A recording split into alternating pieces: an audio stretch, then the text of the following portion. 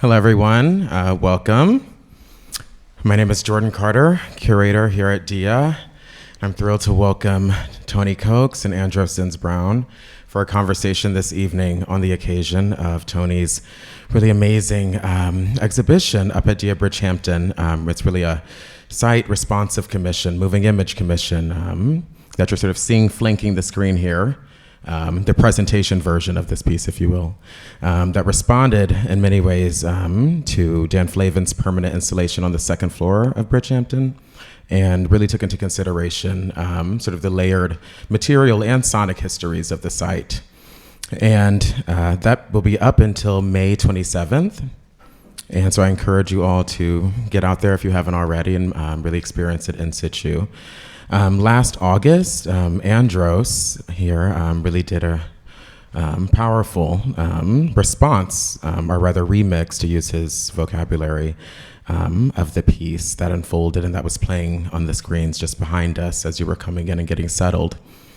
But I thought, as a first question, our sort of entree into it, we could begin by talking a little bit about the origins of your two's collaboration, which in many ways began or sort of manifested with a performance that Andros choreographed in response to Tony's multi-channel installation for the 2018 Berlin Biennial, an image of which is on the screen here now, which was really sort of this subterranean installation that in many ways cultivated a bit of a club-like aesthetic, and Andros sort of took it in a different sort of direction, and maybe we could talk about how that emerged, and maybe we can play a clip and just hear a little bit about, how this collaboration began. Well, thanks for the invitation to be here this evening, and thank you all for coming. I often have problems with origins. I think they're unstable, and often it's like whenever I say something began here, then I think about something before, or some other trigger, or something else. But when would you say it began, Andros? I agree with you, but I guess probably somewhere around 1999. Yeah. At least. Something like that, yeah. So I was a student at Brown. But not my student. Never your student. Doesn't mean I didn't learn from you. Of course. But you became a kind of informal mentor, friend, mixed CD trader, chatter. And so, I think collaboration, started somewhere around there. Yeah, I think you actually asked to borrow a piece. Do you remember which piece it was? I don't remember the name, but I remember it was a video taken from the perspective of the Circle Line in New York City. Okay. And I think it was a college dance piece that I was making. And I think it had Serge Gainsbourg's New York song in your video. And that would have been a remix. And that would have been a first collaboration, I think. Yeah. It was also in a basement, coincidentally. That's my MO, or at least was for a while. But we'll get into the subterranean, the dark, and the light. And you came into the light. Yeah. But then you reached out to me. I mean, we stayed in touch in that period, and then you reached out to me when you were making the Berlin piece and asked if I wanted to do something. And I remember being interested by this idea that, your work and art, maybe like kind of more generally, could be this space to host.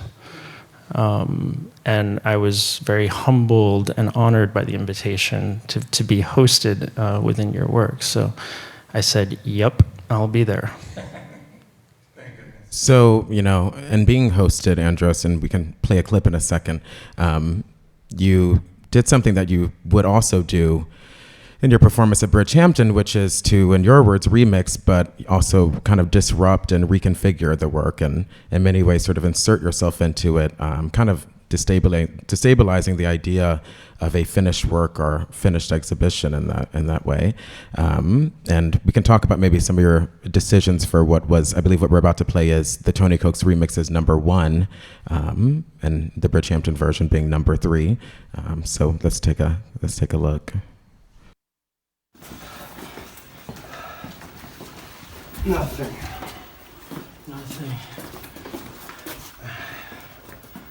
We got. Oh, we got. I got. Oh. No. No.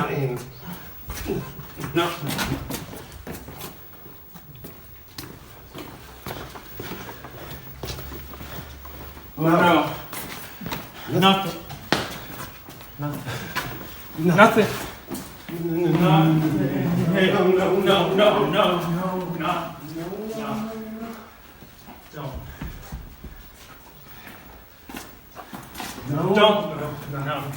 No. I did. Just don't. Don't. And I might, while it continues to play, just, I actually did see this exhibition, and so when I'm seeing this, I know that this monitor was not maybe intended to be a prop, and was actually playing part of the moving images that comprise the exhibition.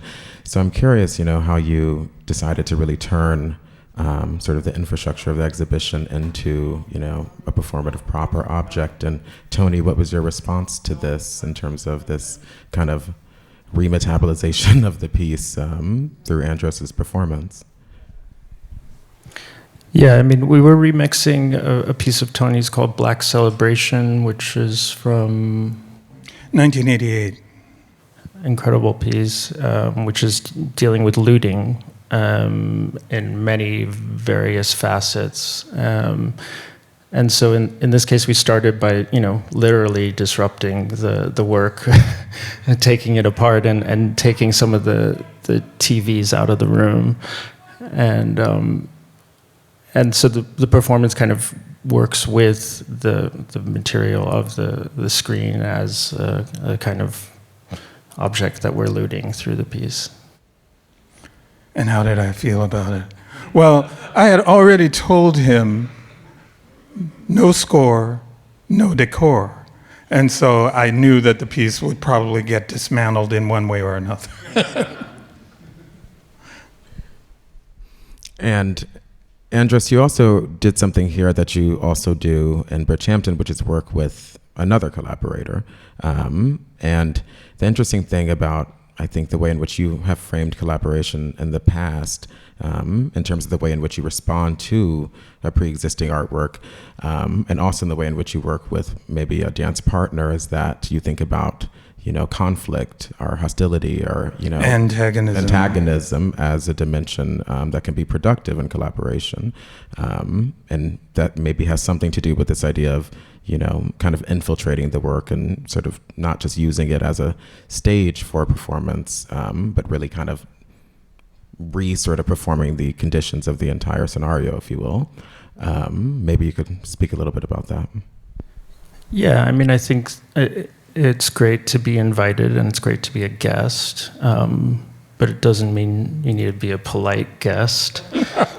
Sometimes the best guests are the ones that are the disruptive ones. And so I find that's part of the conversation is also what kind of frictions can arise. It's not about a sort of affirmation. I mean, I love your work, but of course, I'm not there to, talk to make a performance about how great it is. So, I'm working with the ways that I might kind of be in harmony and dissonance with various aspects that the work is dealing with. In terms of collaboration, I think dance and performance are sort of inherently collaborative. You're dealing with the live, you're dealing with other people in situation, and that's sort of one of the ways that I've proceeded to work. And I felt like I've been invited, and I wanted to invite someone else into this conversation, so it sort of extended the conversation to another level.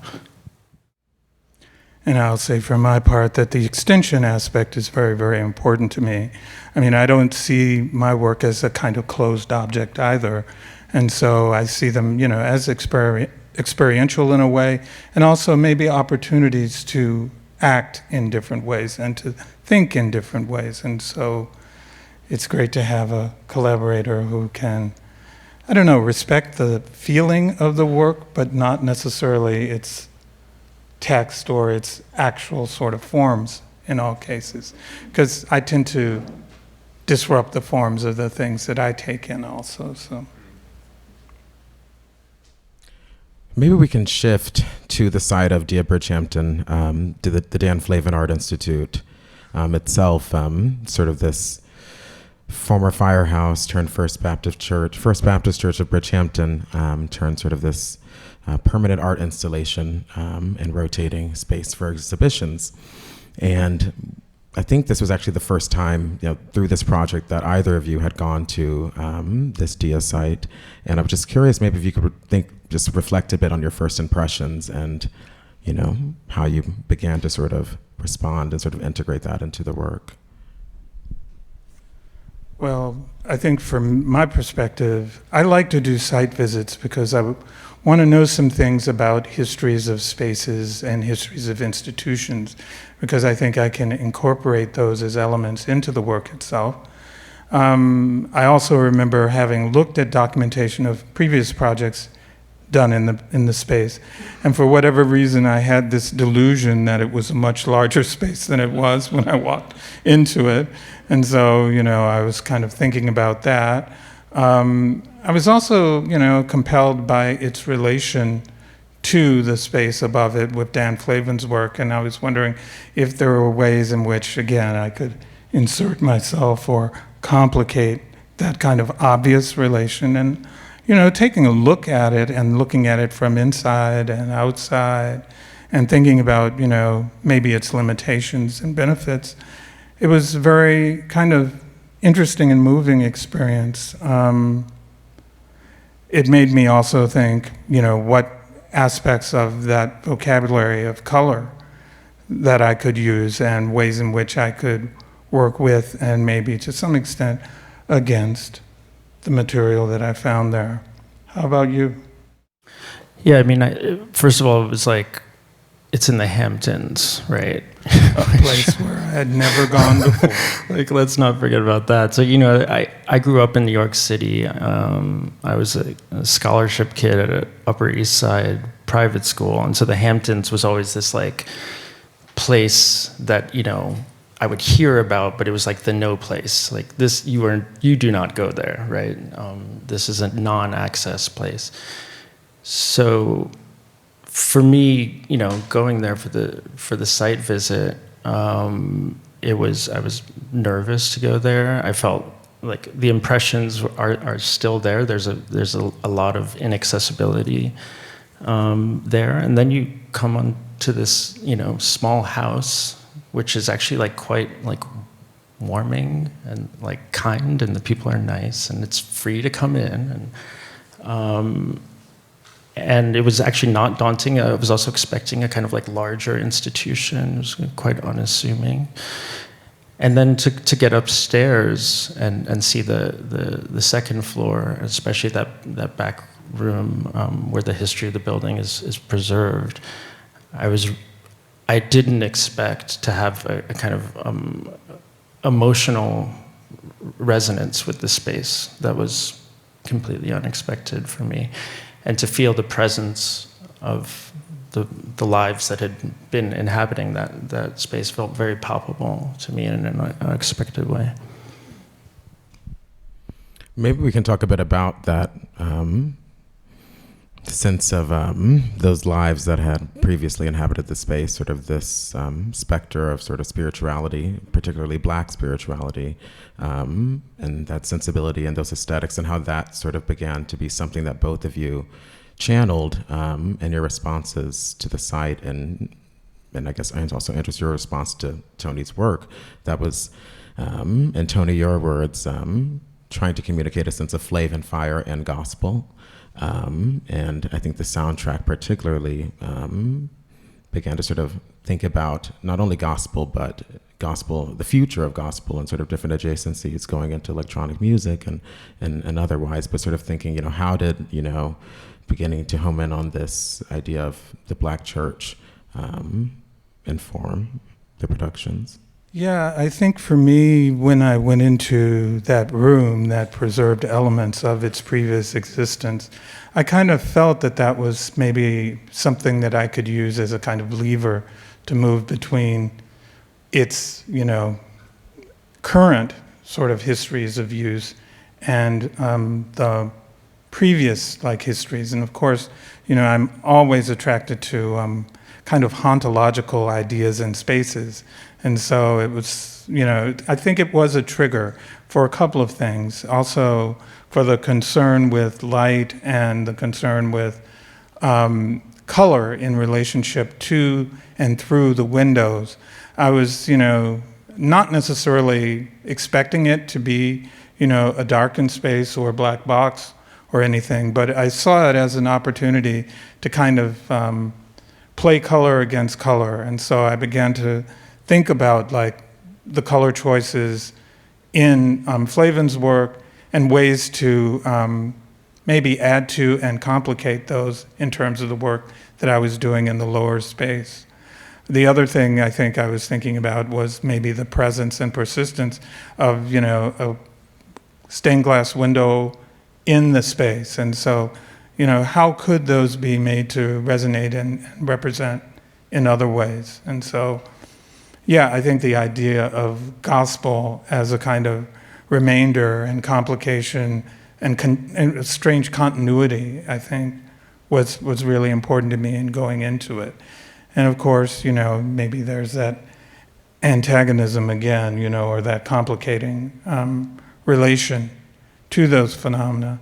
I'm trying to think, did I use any straight historical gospel? Not really. They were all kind of hybrids of one kind or another, kind of leaning towards electronic music in many cases, but, some obscure, quote unquote, rock things from the 60s with, obvious thematic and even lyrical resonances to things that are glitched out sampled versions of actual gospel tracks to, things that are, you could argue, reanimations, if you will, of those kind of spiritual notionalities. And, I think it was important to me maybe to do those and to think about those because it sort of represented maybe certain strands of Black life and survival, so.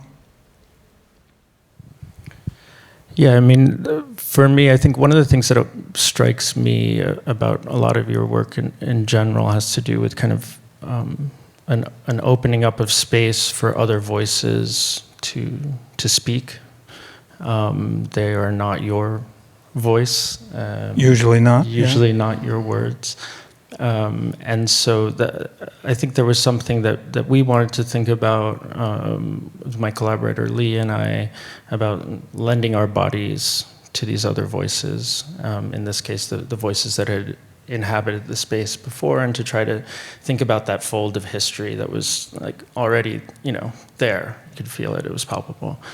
And so a lot of that came through things like inviting people, the public, in as names of the congregation that you see in Tony's video.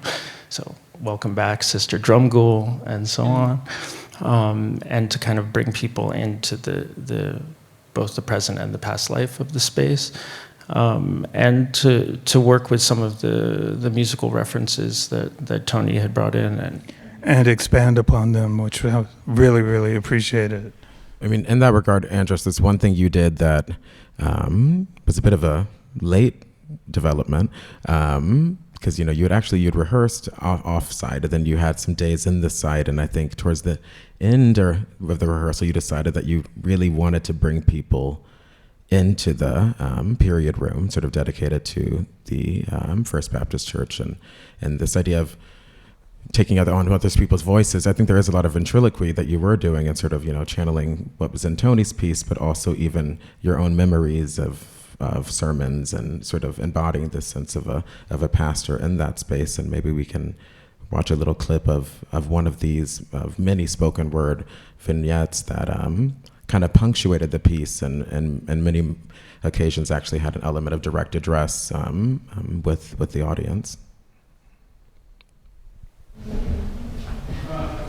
Looking good. You have a house? Mm-hmm. You have a car? Yes. He said, if you had yourself a house, would you have yourself some home insurance? Do you have home insurance? No home insurance? No. What about for your car? You got car insurance? Yes. For Rex. Yeah, that's good to have. What do we know about how long a thing lasts? Well, our house is 110 years. 100 years old. He said, now if you had yourself a car, would you get yourself some car insurance? And it seems like you did. Yeah.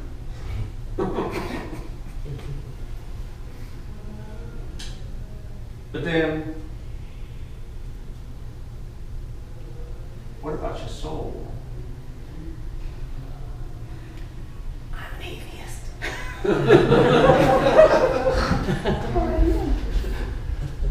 You don't believe in soul insurance? No. No such thing.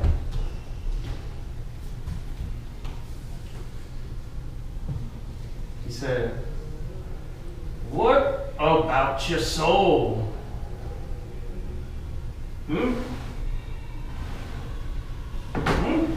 What about your soul? What about your soul? Do you got yourself some soul insurance for the other side?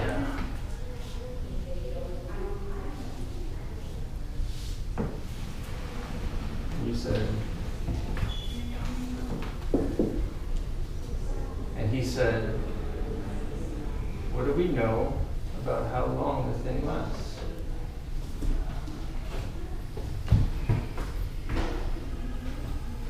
I don't have much time left. I hear you. And could be none of us do. That's true. So in that clip, I believe that, well, you're integrating a few different texts and also different histories, and there's a lot sort of coming together there in terms of, what is the origin of the sermon, of this soul insurance? The soul insurance sermon was a sermon that was spoken by a reverend at my grandfather's church when I was a kid, a Friendly Baptist Church in the Bronx. And, a few sermons stuck with me over the years, but that one really stuck with me.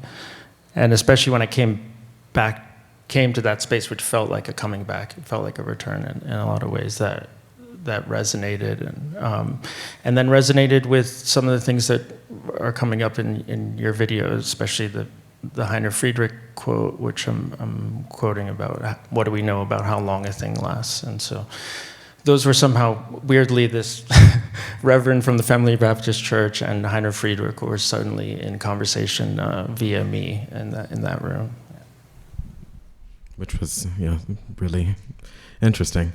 It was like a lot of serendipitous things unfolded around that. It most certainly was. In many ways, I think it reflects, Tony's sort of mashup of various voices and figures in the piece. And maybe, Tony, that's a good segue for you to talk about like how you sort of homed in on the texts you did and sort of what were you doing with that sort of textual mashup? Yeah, I mean, in some ways it's hard to say, like, with precision. It's almost like I go through things in layers and I look at, one text maybe from one context, and then I look at another text from a different context and think about the ways in which they might relate to one another, possible combinations, possible juxtapositions, and then, let them unfold in time against one another in relationship to sound. And I think it's maybe that back and forth that, for me at least, produces, a reading or, a desire for a differential kind of meaning from several layers of material.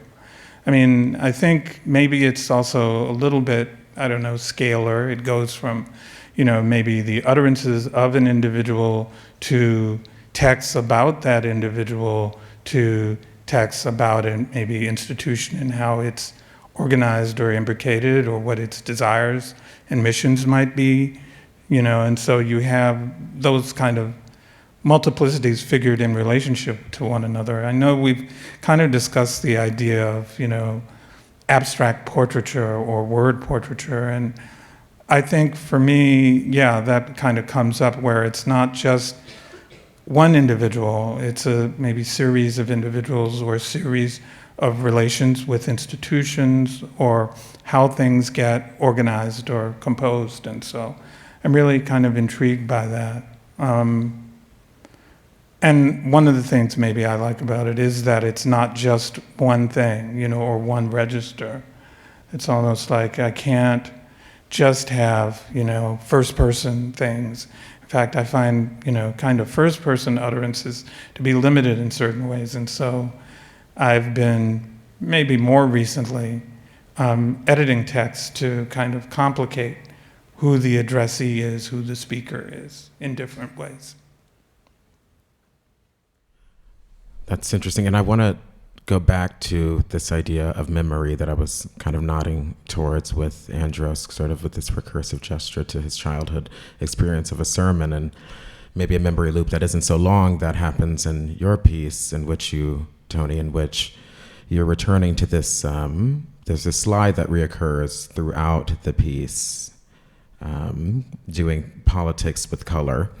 And this was sort of evoked for you, if I remember correctly, and seeing sort of the resonances between this sort of spectral blue that emanates from the cornice of Bridgehampton at night, and how that blue was sort of similar to this light blue that you use to have this same text address, doing politics with color, for a piece, a commission for your retrospective from 2023 to 2022, some Munich moments that was actually across both the Hausderkunst and the Kunstverein Munich.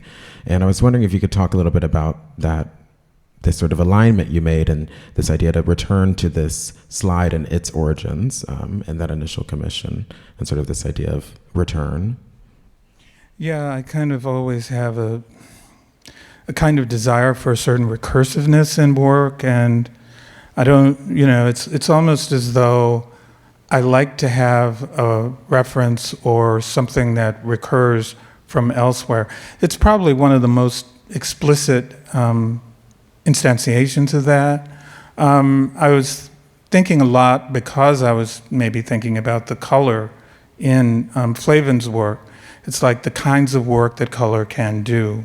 And so a kind of linchpin, at least for me in the Munich piece, was, Adel Aischer and his ideas about what color can represent, and, kind of a social and political sense, like what it means, I don't know, maybe even for me as a maker, after having mined, say, the colors of the American flag in a series of works, what it would mean to kind of have a different sort of color system with a different sort of ideology even attached to it. And I became kind of interested in that. It's like, can there be, I don't know, political or social resonance in, color choices? And so I was kind of trying to connect maybe the two projects in that way. I made some changes in the relationships, though. like I used a different set of colors, which I thought were maybe a little bit more closely referential to the colors that Flavin used, and I did sort of make some, photographs and, kept referring to them and looking at them and thinking about it in relationship to the palette for this piece. But one thing that actually struck me was that blue, which, was, I don't know, for me, it's not part of the color system directly in the other pieces. And it was almost like something that I wanted to revisit and to have resonate in the work. And of course, we wanted to do a sign outside with that, doing politics via color, which turned into a political boondoggle, but not for, reasons of content, but just zoning and, Department of Housing and Buildings. Yeah. The untold stories. But speaking of outdoors, interestingly, although we did not have a fixed extension and the actual perimeter of Dia Bridgehampton, you both, in many ways, were thinking about how to take the piece outside, or like thinking about an external experience to just the internal of the space itself. And Tony, one of the considerations you had early on in thinking about the outdoor was this sense of when you're actually, there's a house adjacent to the Dan Flavin Art Institute where we would reside and our site visits, et cetera. And there you can see quite often, the pieces on the second floor emanating outward through the window. And that was something that you, Tony, you were struck by, and you were thinking, how can I sort of mirror that and have sort of an external projection, if you will, in terms of seeing into and emanating outwards too.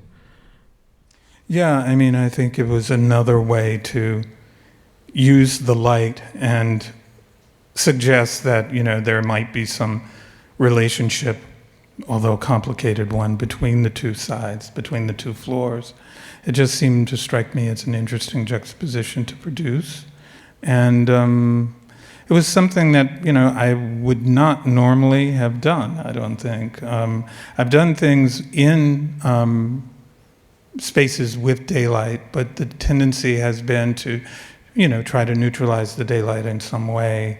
But I guess was fascinated by the color cast done by projections to begin with.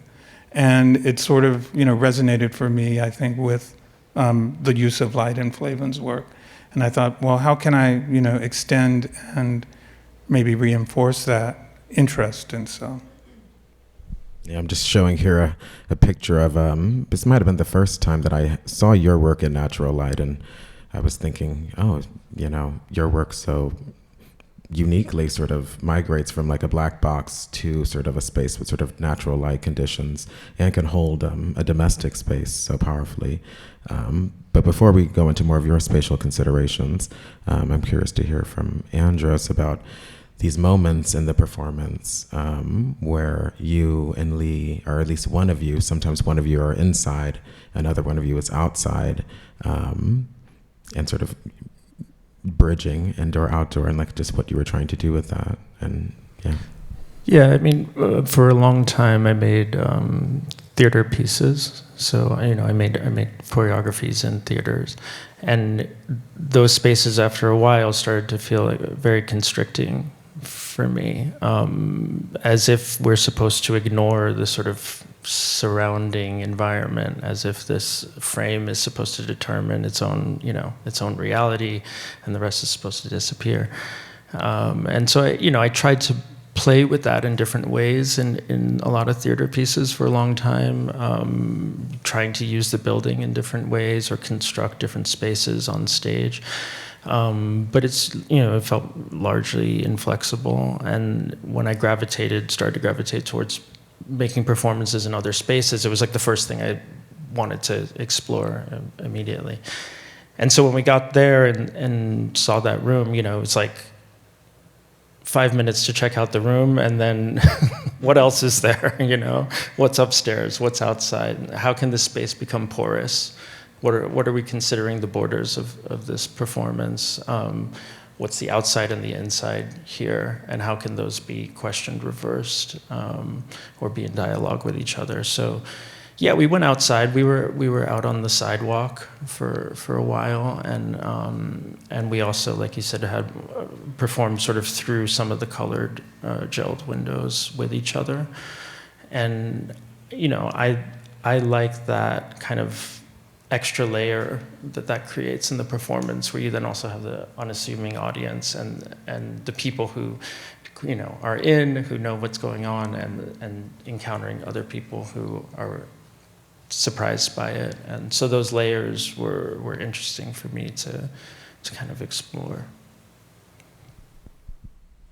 And I'm curious, this idea of, indoor, outdoor, again, is one of these dualities, these sort of dichotomies or dialects, if you will.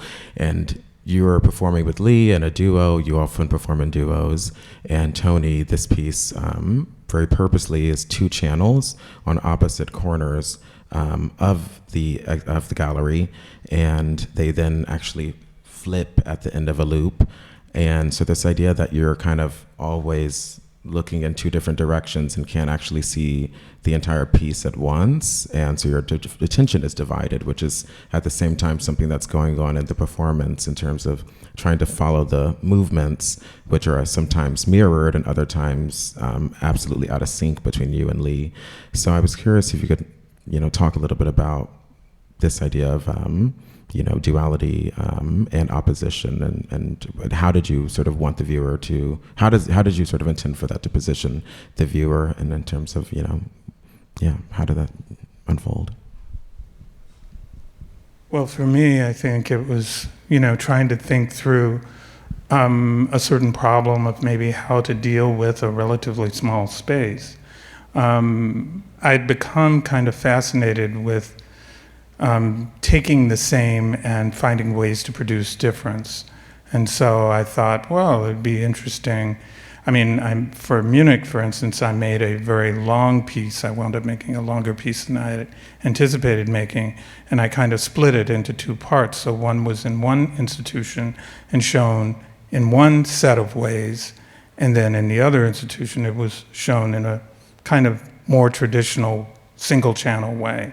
And I thought, that idea of encountering parts of the same or related materials in different sort of constellations was kind of useful to me in certain ways. So it was almost as though in a smaller space with, fewer actual distances between things, would there be a way to relate the two parts, or relate, two parts of a work across, a space? And I don't know, I think I was influenced to some extent by the comment about, what you can do to destroy a corner in Dan Flavin's discourse.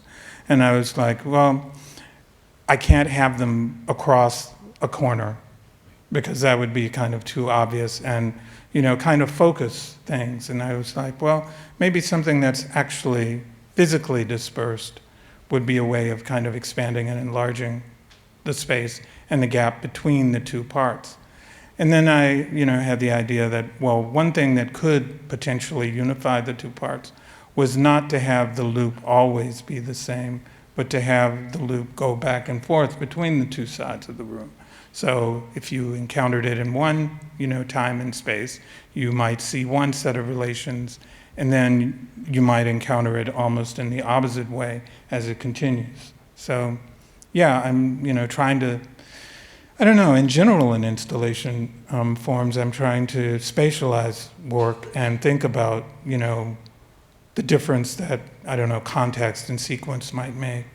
And rather than thinking about the work as kind of singular objects that can just be repeated, it's interesting to think about how repetition and dispersion can actually cause, differential readings, even though the material is ostensibly the same. It's kind of space allows it to be and to function somewhat differently. Yeah, I mean, we worked with doubling in a few ways, but one of the main ways was to talk a lot about and work a lot with the idea of shadowing, And that came principally from the Morning a Black Star song that you use in the beginning of your video. Is it the reckoning? Yeah. I've come to the reckoning that my shadow self is a real being haunting me. And that line kind of haunted us. And so, you know, I think there was a lot of consideration of, like, you know, Flavin is dealing with color as a kind of iridescence that we can understand as some kind of analog with spirit or soul, maybe. But there's also a problem with that consideration, which is, what do you do with blackness, right? And so where's black light? What is black light? And so, you know, we came to shadowing from that angle, and that also became a kind of choreographic device, to shadow each other, to shadow the audience, and then to think about a shadow as something which potentially has its own life of its own, right? That isn't dependent, might be interdependent, and might be independent. And so that also sort of had some kind of, speaking of resonances, a lot of echoes in what we were doing, which, you know, could be in confluence or in disturbance of each other. Maybe we can play another clip from the performance, and I'll let it play a bit, and then I'll maybe talk over it a little too.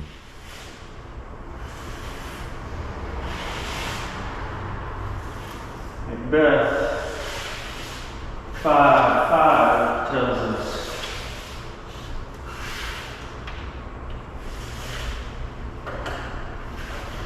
that she could have died hereafter.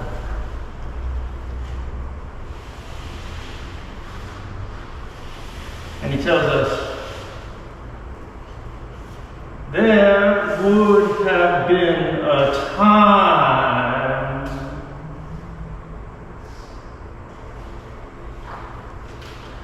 for such a woman.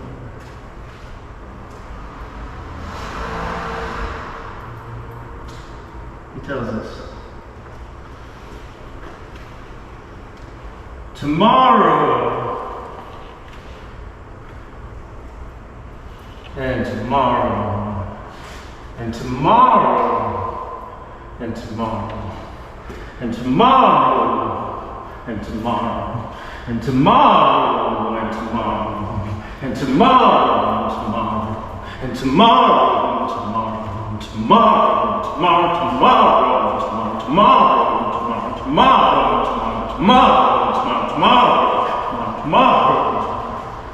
tomorrow tomorrow tomorrow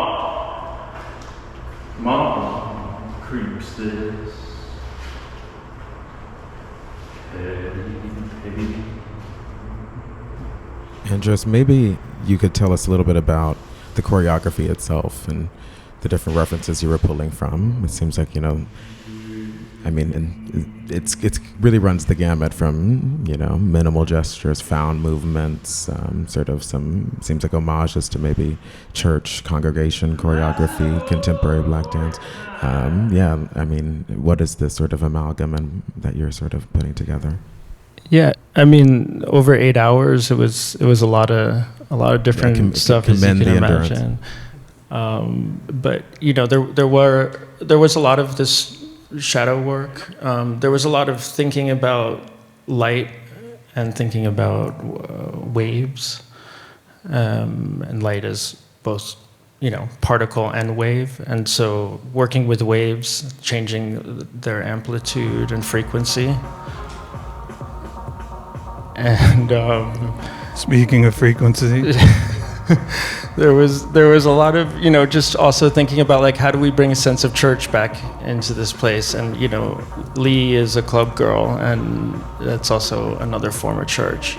And a lot of the music that you were working with, Tony, was folding, you know, gospel music into club music, into electronic music. And so we let that go a few points We talked a lot about what catching the Spirit is in a gospel church context, and so, there were a lot of like sort of setting up the conditions and the ways of resonating with each other to try to push each other to that kind of higher frequency that you experience in a gospel church. And I feel like the moment and maybe both pieces of like highest frequency is happens around this burial track, which has this lyric, "We must shock this nation with the power of love." And in your piece, Tony, that's sort of this moment where the musical track actually is aligning with the text you're reading. And it's actually, this moment of like, oh, I'm actually reading what I'm hearing.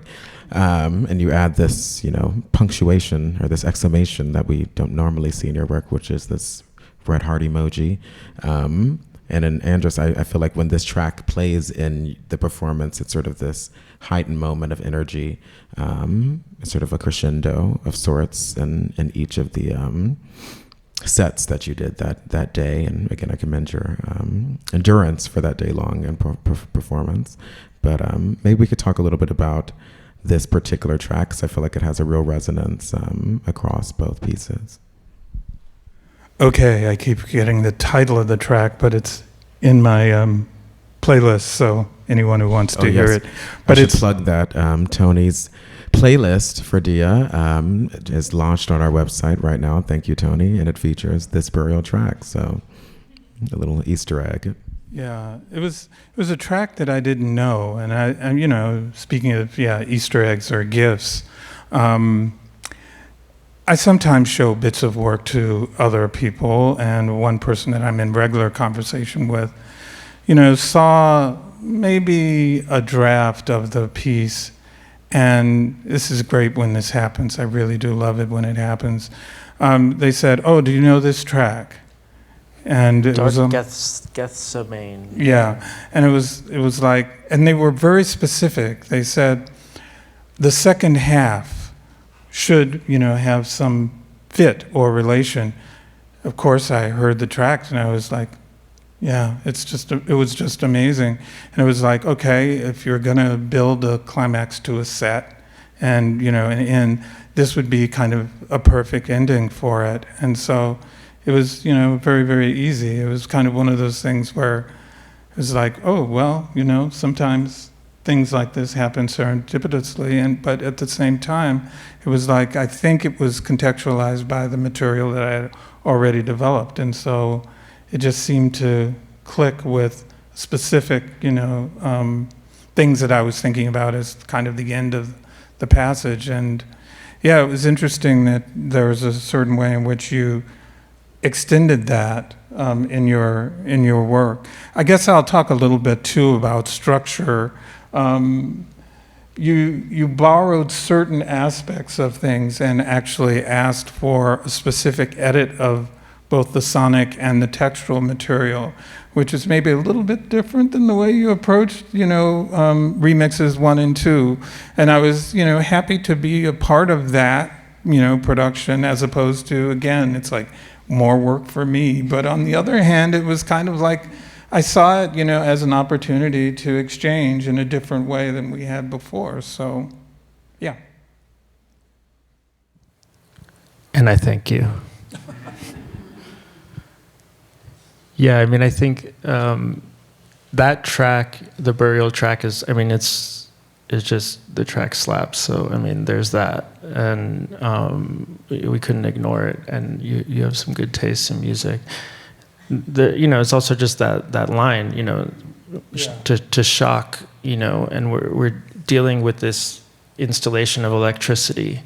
And so that really resonated for me in a lot of ways. And thinking about the power of shock on this night of the State of the Union, where we're, with a candidate who has arrived via shock and another one who may or may not arrive depending on his ability to shock anyone or anything. So, it's present and it also is a kind of interesting reflection, because the way in which, church discourse relates in a certain way to politics. It was actually the vocal sample is from a speech I think was made at the 2012 Democratic Convention by a preacher, but it's not just religious. It's also at the same time political, and that was one of the things that also interested me. It was like I did a little bit of research, to find out, well, what was the source of the vocal sample, and it was kind of interesting to find that out. Maybe as one of my last two questions or last two notes, on that note of democracy, I'm thinking about participation and how you both sort of, conceive of audience in relationship to your work, and how you think about, the ways in which they might engage the work. Tony, you've mentioned in the past that, it, would be actually quite welcome for people to dance, and people have done. And I know that I certainly have, and I hope to do so very soon again.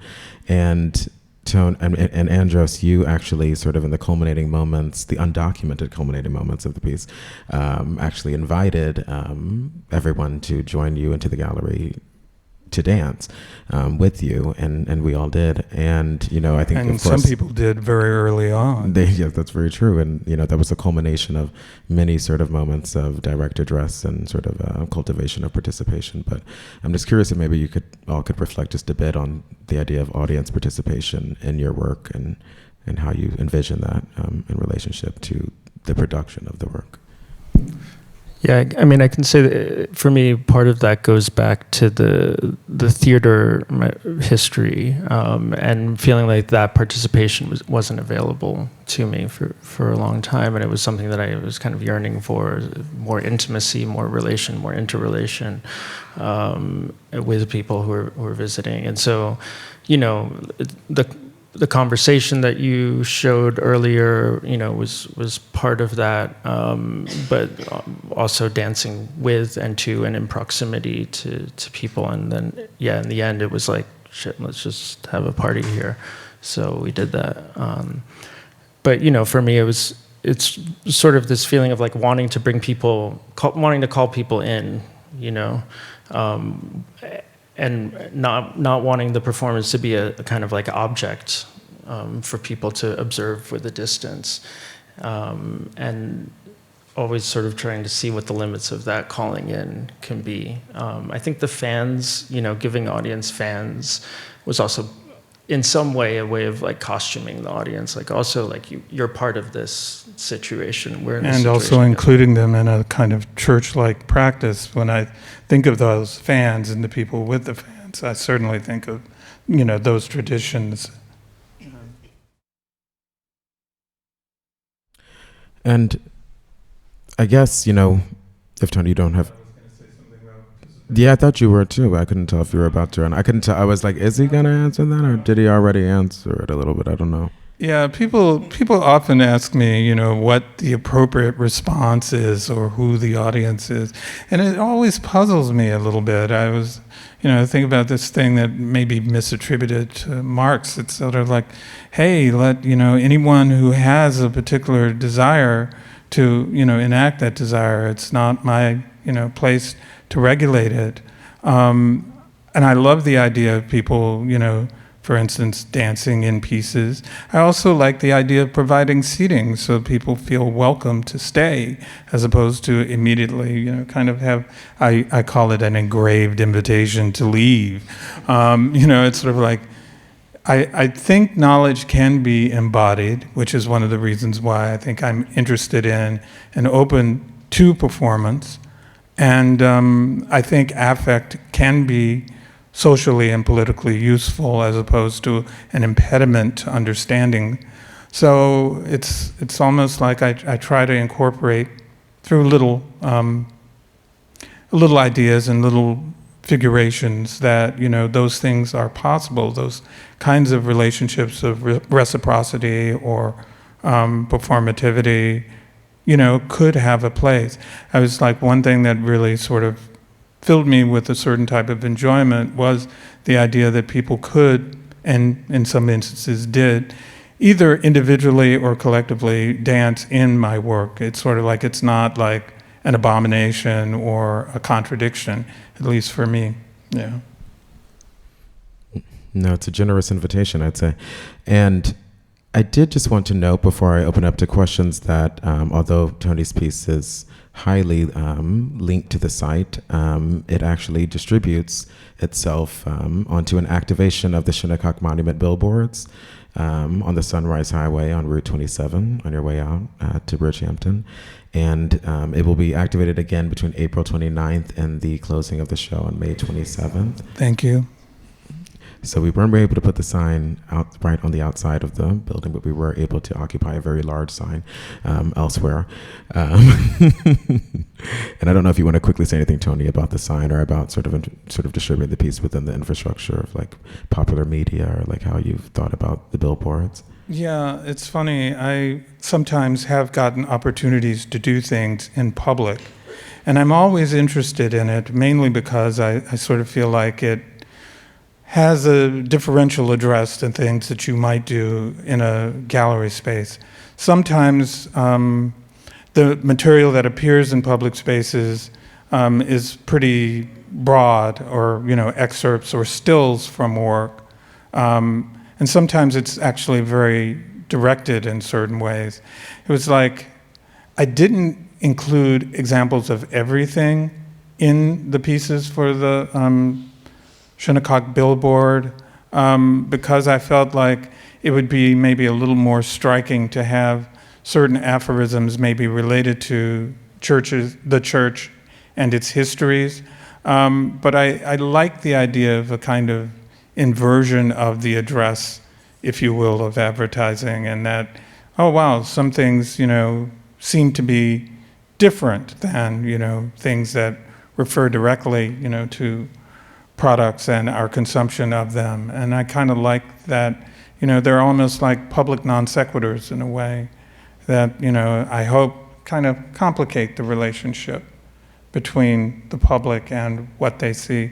I guess I'm also a believer in the possibilities of public reading as opposed to only sort of atomized and private readings through devices or, an individual address to a text.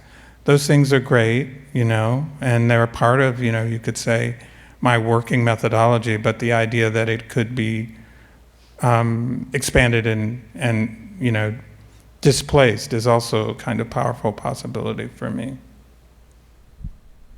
Well, thank you, Tony. Thank you, Andros. We're going to open it up to some questions. I think my question is for you, Tony, or maybe it's more of a comment. Apart from what was discussed with the collaboration, which I found very serving to me, because I'm afraid of collaborating, but I've always found you spoke somewhat of your choice of colors, and I've always found a sense of the beautiful. And I know in art now, in our time, the beautiful is kind of dismissed as decorative and doesn't hold potency.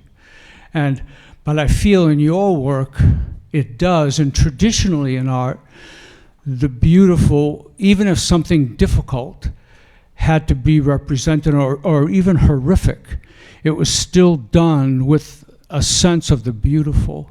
And I'm afraid to let go of the beautiful, and that's why I like your stuff, because in what you said towards the end, where you referenced you like to make spaces that aren't so grave, where people just want to get out.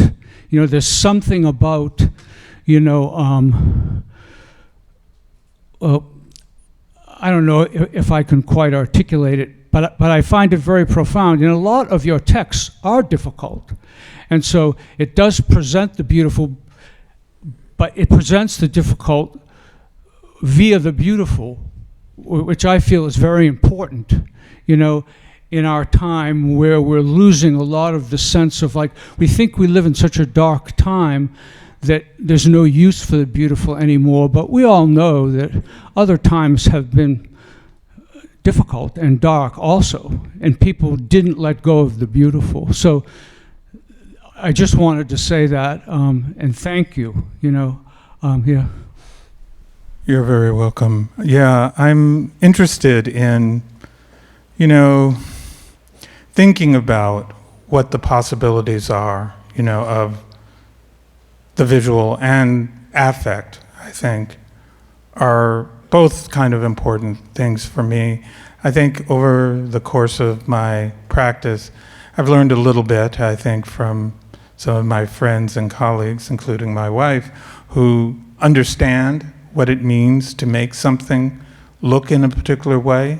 And I would even argue that, when I probably started my practice, I was not as concerned with, how things might look, or trying to develop relations that would be interesting and maybe stand and function in that way.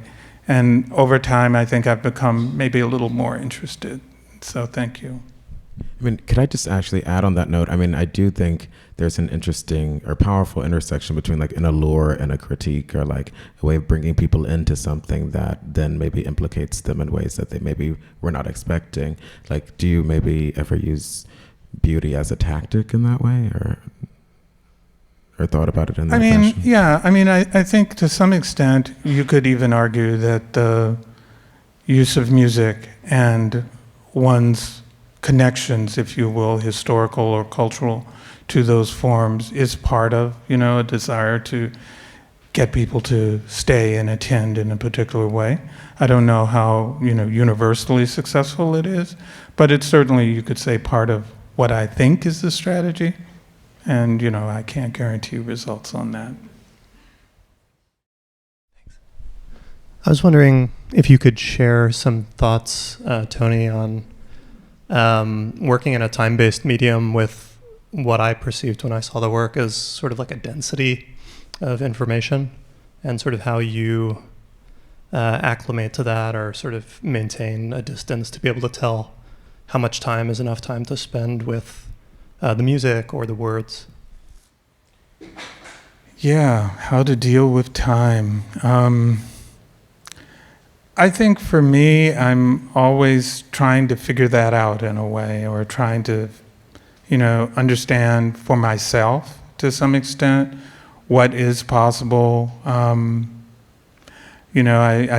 have all these, devices, and I try to change things to keep my own interest, and I hope that it, maintains interests of others. But again, I'm sort of aware that there are no guarantees about others. It's like, if I can keep myself interested and find dynamic relationships, that's the best that I can honestly expect, because I don't know what others, want or need in that regard. But I, try to, think about those relations. I think about it a lot through, a certain type of repetition and displacement, I guess. I wish I could claim that it always works, or that I always know what the result is going to be. I think I do the work in order to find out for myself, at least, what can work, or what working even means.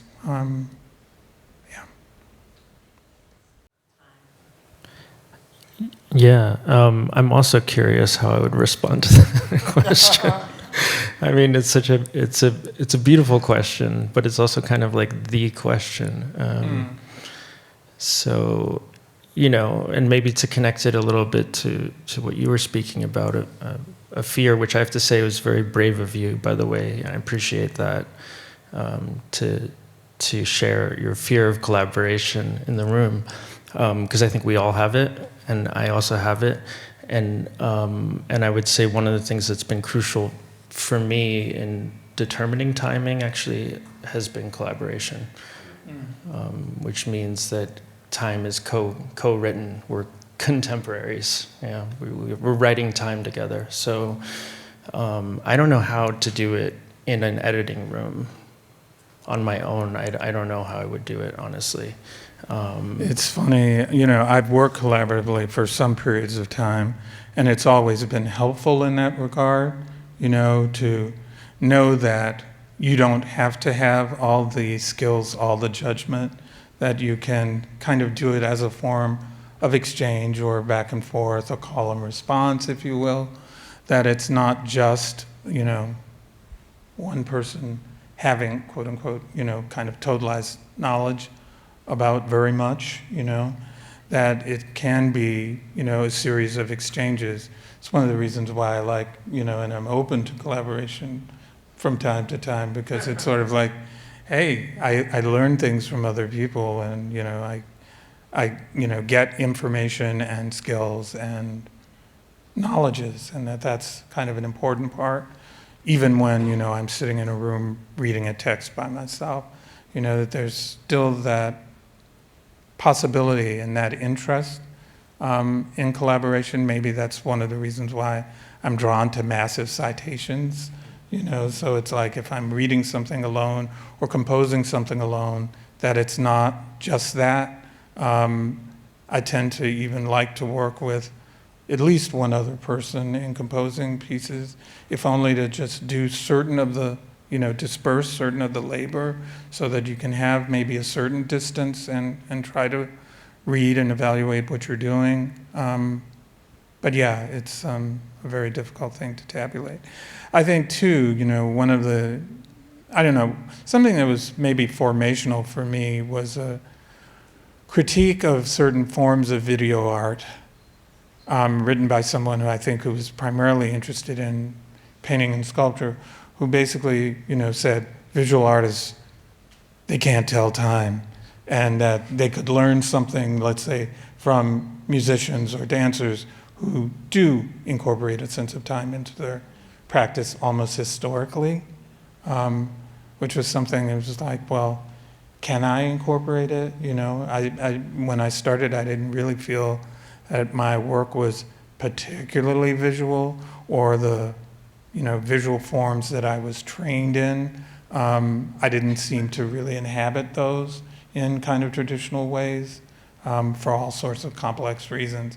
Like I wanted, work to do multiple things simultaneously.